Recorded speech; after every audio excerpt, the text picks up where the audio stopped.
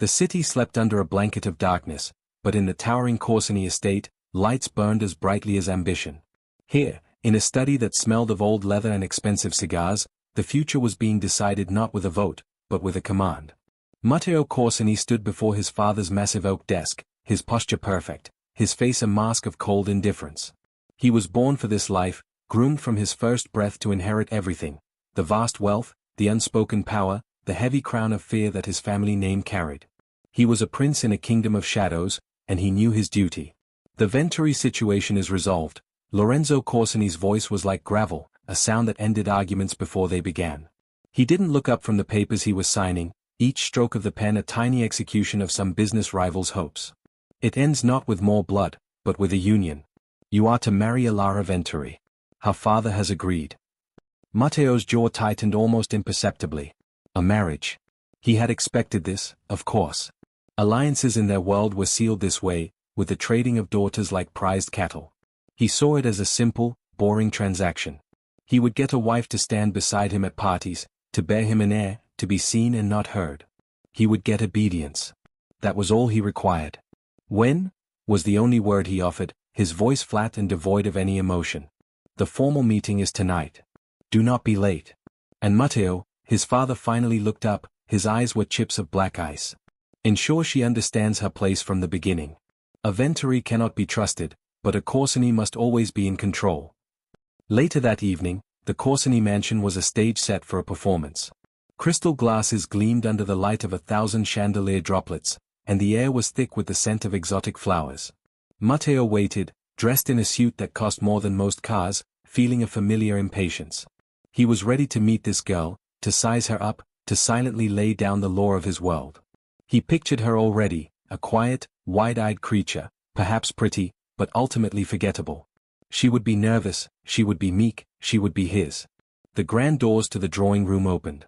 And the image in his head shattered into a million pieces. Alara Venturi did not shuffle in with her head down. She walked. Her stride was confident, her spine straight. She wore a simple, elegant black dress, a stark contrast to the gaudy displays of wealth around her. But it was her eyes that captured Matteo completely. They were not downcast. They swept the room, and when they landed on him, they held his gaze with an intensity that felt like a physical shock. There was no fear in them. Only a cool, calculating assessment. She was looking at him not as her future master, but as an equal. Or perhaps, as a challenge. The dinner was a tense, silent war fought with cutlery and polite smiles. Lorenzo and Alara's father exchanged stiff, meaningless pleasantries, while the two heirs sat in a bubble of crackling silence. Matteo decided it was time to establish control. Leaning slightly towards her, his voice a low murmur meant only for her ears, he laid down his first rule. You will move into the East Wing tomorrow. My staff will handle your things. You will find the house has certain rules. You are expected to follow them. He waited for the nod, the quiet yes, Matteo. It never came. Instead, a small, almost imperceptible smile touched her lips. It wasn't a friendly smile. It was a blade. She turned her head, and her eyes, those fearless, brilliant eyes, locked with his again. Her voice was just as quiet, but it dripped with a defiance that made his blood run hot. Or what? She whispered back, her tone dangerously sweet. You'll tell your father on me? For a full 3 seconds, Matteo could not breathe. No one in his entire life, had ever spoken to him like that. The sheer audacity of it, the casual way she dismissed his authority, sent a jolt of pure, unadulterated rage through his system. His fingers tightened around his fork. He could have ended her with a look, with a single word to his security. But he didn't. Because beneath the rage, something else stirred, something dark and fascinated. This was not a sheep. This was a wolf. And he was a hunter who had just found the only prey worth chasing. The rest of the dinner passed in a blur for him. He was acutely aware of her every movement, the way she took a sip of water, the calm answers she gave to his father's probing questions. She was sharp, intelligent, and utterly unbreakable. The business deal had just become profoundly personal. When the Venturis finally left, with promises and hollow handshakes, Matteo retreated to his study, a room that usually felt like a command center but now felt strangely small. He poured a glass of amber liquid but didn't drink it. He just stared into the fireplace, seeing not the flames, but her face. Her challenging stare. Her mocking smile. The words, "You'll tell your father on me?" echoed in his mind, taunting him. He had expected a quiet, arranged life. He had expected obedience. He had gotten defiance. And he found, to his own utter shock, that he wanted to crush that defiance, to bend that will until it submitted to his. Or perhaps, a deeper, more dangerous thought whispered, he just wanted to see how long she could keep it up. The game was on. And he, Matteo Corsini, never, ever lost. The Grand Corsini estate, a fortress of old stone and newer money, had absorbed many things over the decades: the whispers of secret deals, the echoes of old violence, the oppressive weight of tradition. But it had never housed anyone quite like Alara Venturi. Her arrival the next day was not an insertion but an invasion. The East Wing, a series of cold, opulent rooms that had been prepared for her, was immediately transformed. She did not ask for changes, she enacted them. A locked door to a sunlit balcony was picked open by her within an hour, not out of malice but out of a simple refusal to be caged. The heavy, dark drapes were drawn back, and the rooms were flooded with a light they had not seen in years. Matteo observed this not from a distance, but with a close, simmering attention. He had given Sylvia, her bodyguard, strict instructions to report everything, and the reports were a litany of small insurrections. She played music he despised, the complex, soaring strings of classical composers, at a volume that was just loud enough to be heard down the hall. She wore clothes that were elegant but utterly unlike the silent, expensive wardrobe his staff had procured for her, a splash of unexpected color, a cut that was both modest and fiercely independent. Every rule, whether spoken or simply understood, was a line she seemed compelled to cross. He had told her meals were at 8. She would arrive at 10 past, offering no apology, her expression one of mild, infuriating distraction. Their interactions were a daily battle, a series of sharp, verbal skirmishes that left him both frustrated and perversely alive. He would confront her in the hall. The music, Alara. It stops. She would merely glance up from a book she was carrying. It's Vivaldi. It's good for the soul. You should try it. And then she would walk away, leaving him standing there, his authority dissolving into the empty air around him.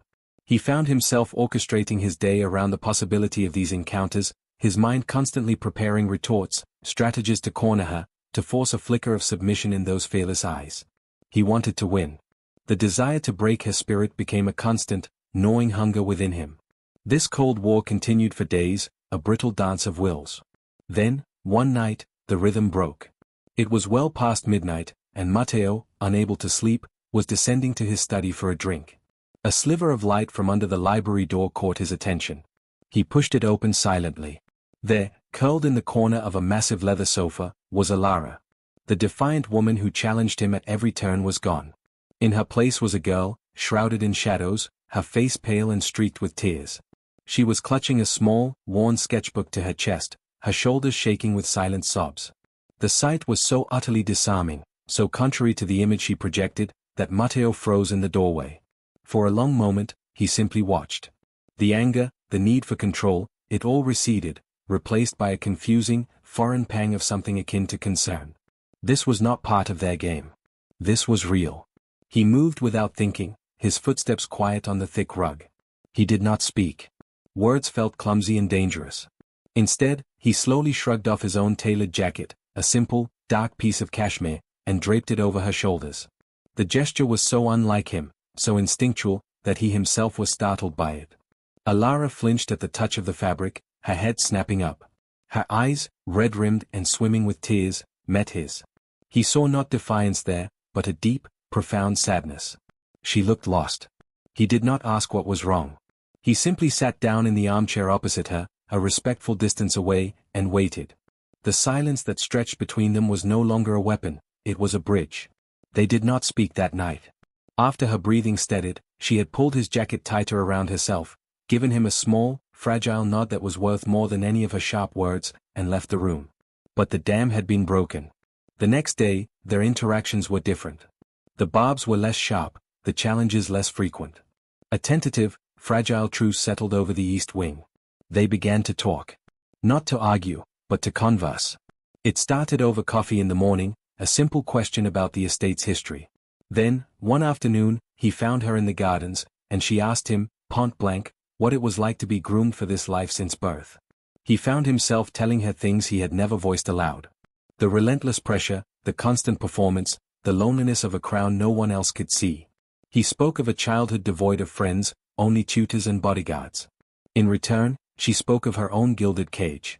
She showed him the sketchbook, filled not with designs for weapons or blueprints for power, but with breathtakingly beautiful drawings of birds in flight, of open fields, of faces she had seen in her dreams.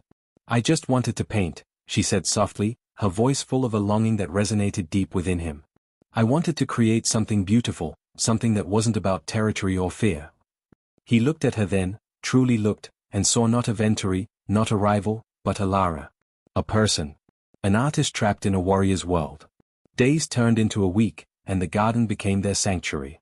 One evening, as the sun set, painting the sky in hues of orange and purple, they were walking along a secluded path lined with rose bushes. They had been talking for an hour, the conversation easy, flowing. They stopped by a marble fountain, the gentle splash of water the only sound. He was looking at her, at the way the fading light caught the gold in her hair, at the quiet intensity in her expression as she spoke about color and light. The air between them grew thick, charged with an energy that had been building since the moment she had mocked him at that dinner. The anger had transmuted, through a strange and powerful alchemy, into a magnetic, irresistible pull. His eyes dropped to her lips. He saw her breath catch, saw her own gaze fall to his mouth.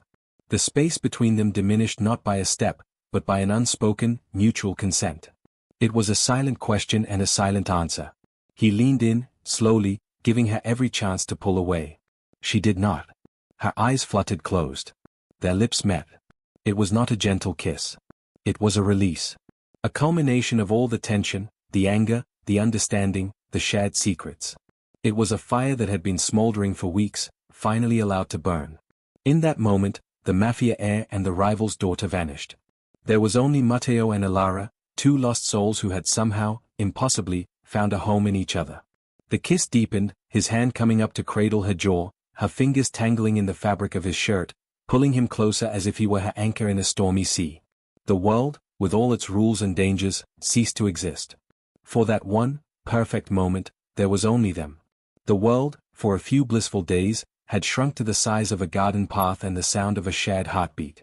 The kiss by the fountain had broken a dam, unleashing a torrent of feelings both had spent a lifetime suppressing. The cold, echoing halls of the Corsini estate no longer felt like a prison, but a secret kingdom they ruled together. Their conversations, once battlegrounds, were now filled with soft words and softer laughter. Matteo found himself smiling at nothing, his mind constantly drifting to the sound of her voice, the way her hand felt in his. He, who had been taught that love was a liability, now carried this new, terrifying emotion like a hidden treasure, both terrified and exhilarated by its power. Alara, who had fought so hard for her freedom, found a different kind of liberty in his arms, a freedom from being alone. They stole moments wherever they could, their love a fragile, beautiful secret blooming in the shadows of their violent world. This newfound paradise, however, was built on a foundation of old hatreds, and it was not meant to last. Lorenzo Corsini was a man who built his empire on noticing the things others missed, a shift in a rival's tone, an unaccounted-for shipment, the subtle change in his own son's demeanor. He saw the light in Matteo's eyes, a light that had never been there before. He saw the way Matteo's posture softened when Alara entered a room. He saw the secret, knowing glances they exchanged across the dinner table. This was not the cold, strategic alliance he had engineered. This was a complication. A dangerous one. Love made people weak. Love made them unpredictable. Love made them defy orders. The confrontation happened in Lorenzo's study, a grim echo of the conversation that had started it all. "This farce ends now," Lorenzo's voice was a low, dangerous whipcrack. "I see what is happening. You forget your purpose, Matteo. She is a Venturi. This marriage is a business arrangement, a signature on a treaty. It is not a romance. You will distance yourself. You will remember who you are." Matteo, for the first time in his life, did not lower his gaze. He stood tall, the love for Alara a steel rod in his spine. "What I feel for her changes nothing about the alliance, father. It strengthens it." Lorenzo's laugh was a hollow, ugly sound. "You are a fool. Her family cannot be trusted. They see your weakness, and they will use it to destroy us from the inside. End it. Or I will." The threat hung in the air, unspoken but understood. Matteo left the room with a cold dread coiling in his stomach. He doubled Alara's guards. He tasted his own food first. He became a shadow of his former self, his paranoia a poison that threatened to taint their happiness. The danger became terrifyingly real just 2 days later. Alara and her bodyguard Sylvia were returning from a short, sanctioned walk in the secured gardens when a black sedan with no license plate sped past the estate's main gate. A single, silenced shot rang out, not aimed to kill, but to send a message. It shattered the window of the sunroom Alara had just vacated moments before.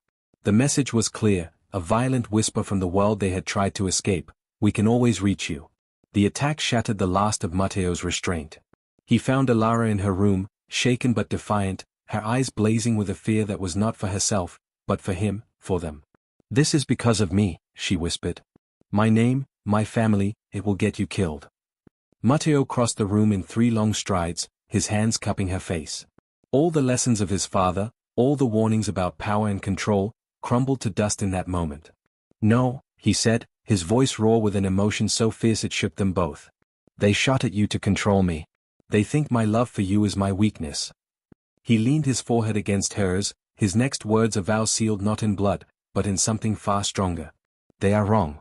You are not my weakness, Alara. You are my only strength." He turned and walked away, not from her, but toward the final, inevitable battle.